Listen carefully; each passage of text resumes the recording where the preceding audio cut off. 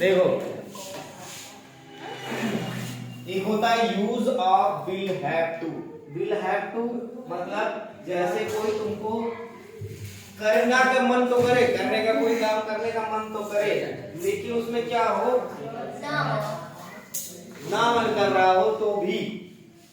जैसे कोई कहा कि ये काम करना है, तुम्हारे मन में चल रहा है कि हाँ करना है, लेकिन अब तुम यही सोच के बोलते हो ना कि यार ये काम तो करना ही पड़ेगा।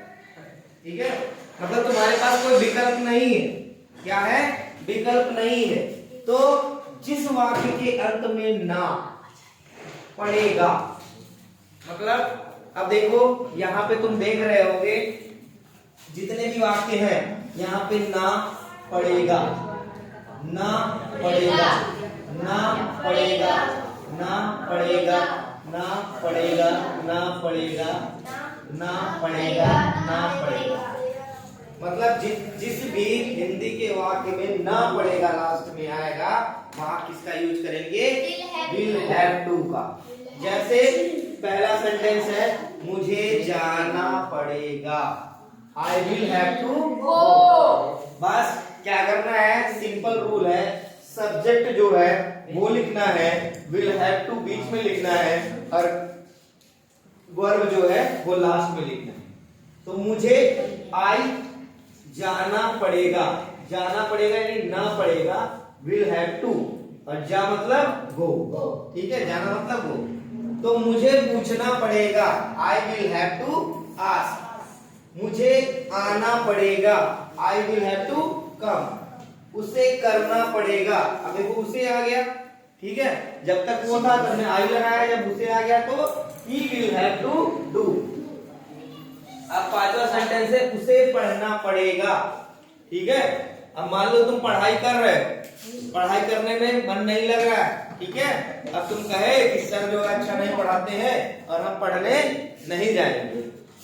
अब तुम्हारे पिताजी हमसे मिले और बात करने लगे, बोले क्या? उसे पढ़ना पड़ेगा। क्या कह रहे? उसे पढ़ना पड़ेगा, तो he will have to read। ठीक है, तुम्हें देखना पड़ेगा। अब मान लो मैं तुमसे कह रहा हूँ बोर्ड पे कंसंट्रेट करो, किस पे कंसंट्रेट करो? बोर्ड पे देखो, लेकिन तुम लोग नहीं देख रहे हो, तो मैं क्या कहूंगा? तुम्हें देखना पड़ेगा, you will have to see। मतलब नहीं देखोगे तो अब कह रहा है तुम्हें प्रबंध करना पड़ेगा। ठीक है, मान लो कोई घर के आसपास में शादी है, कोई कार्यक्रम है और तुम उससे कटे फिरे रह रहे हो कि काम ना करना पड़ता है तो बड़ा अच्छा रहता, लेकिन कोई आया होशियारी करके और कहा ये लड़का होशियार लग रहा है, तो आगे तुमसे बोला कि भैया ऐसा करो, इसका इंतजाम कर लेना। तो इंतजाम मतलब क्या हो गया? तुम्हें प्रबंध करना पड़ेगा, यानी यू विल हैव टू। अब वो कैसे करोगे वो तुम्हारी जिम्मेदारी है। अब देखो मान लो तुमने कहा कि भैया हमें चलना है बस्ती घूमने के लिए और हम किसी काम में व्यस्त रहे, तो हम कहेंगे, क्या कहेंगे? भैया रुक जाओ थोड़ा, तुम्हें इंतजार करना पड़ेगा। ये तो बोलते हैं इंतजार करना पड़ेगा, तो तुम्हें इंतजार करना पड़ेगा, you will have to wait. ठीक है, याद रहेगा ये? यानी जिस भी वाक्य के अंत में ना पड़ेगा, ठीक है, क्या पड़ेगा? ना पड़ेगा, वहां क्या यूज करेंगे? Will have to. याद रहेगा ना सबको?